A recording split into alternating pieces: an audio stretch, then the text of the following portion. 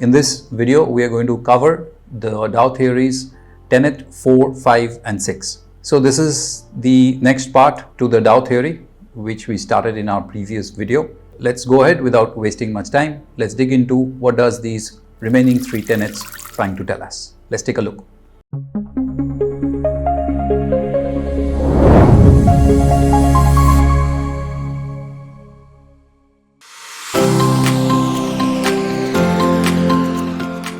We are in Dow Theory, tenet number 4. As always, let's orient ourselves to this notepad of mine, wherein I'm going to explain tenet number 4. Tenet number 4 is trying to tell us that averages should confirm each other.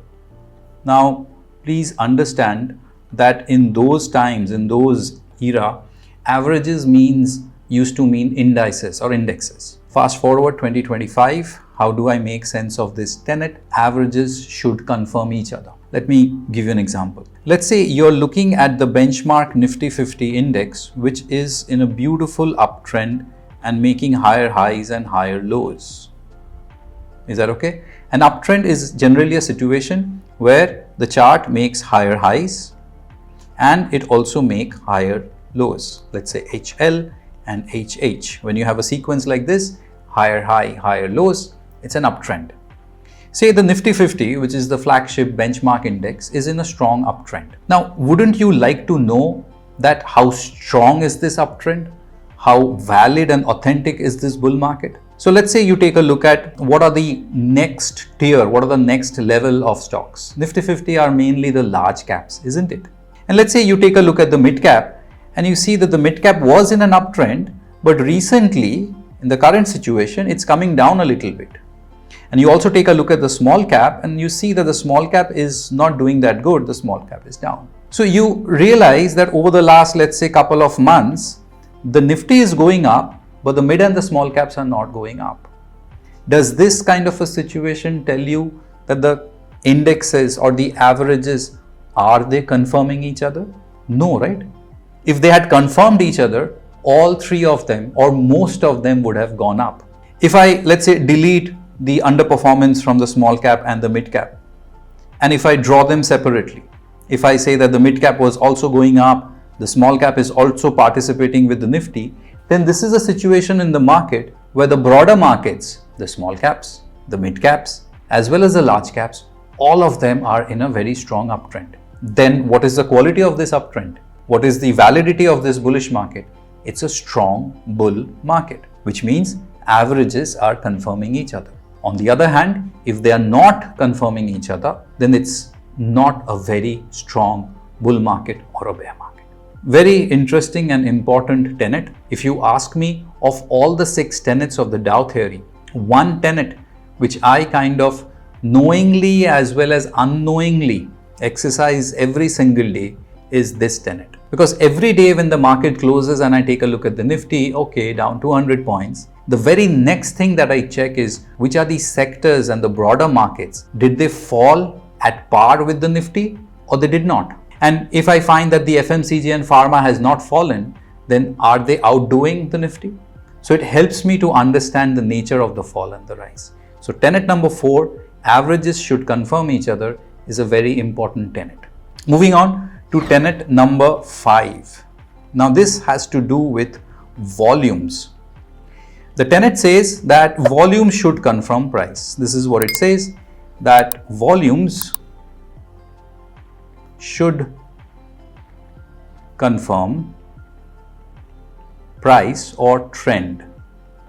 Now I did share with you in my earlier video that going forward, sometime in this playlist, going forward, I will share a video dedicated to volumes. But let's understand what this tenet number 5 is trying to tell us. To understand this, let me break down an uptrend in various phases. And you'll see that this is an uptrending chart which can be broken down into few parts. The first part is on the upside.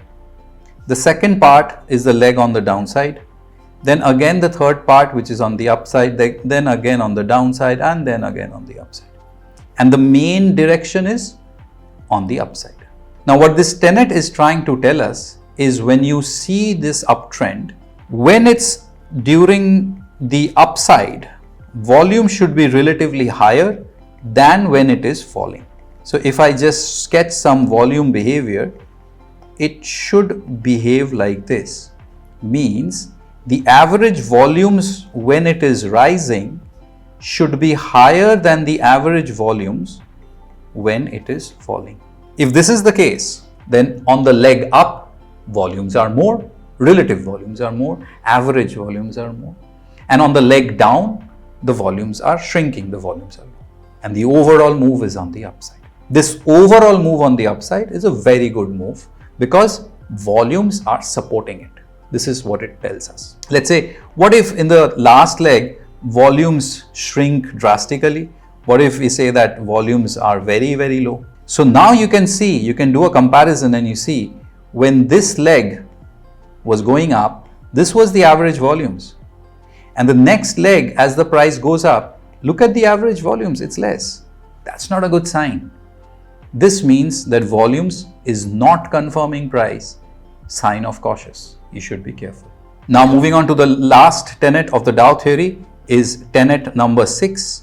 And tenet number 6 will not require much of sketches or drawing or anything. It's very similar to the law of motion. Is once an object picks up a direction, a momentum, then it's very likely that object will continue in that direction unless it faces some opposite force. In this case, in stock market demand and supply led buying and selling, once a chart picks up a trend, then what the tenet number 6 is trying to tell us, what Charles Dow is trying to tell us, is it's much more easier for the trend to continue than the trend to reverse. If I draw it, and if you see a higher high and a higher low, remember I did tell you a higher high like this and a higher low like this.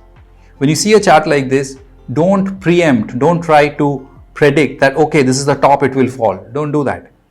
What Charles Dow is telling us, listen, these kind of trend, once it is established, it is very likely to continue unless it gives you opposite signal. And what's the opposite signal? The opposite signal is that of a lower high and a lower. That's tenet number 6, which is very, very simply put down to us, which means don't predict the market, react to the market. Let the market figure out what it wants to do, where it wants to go, and then you try to make use of that move. Tenet number 6, follow the trend unless you get proper signals and signs that it has reversed.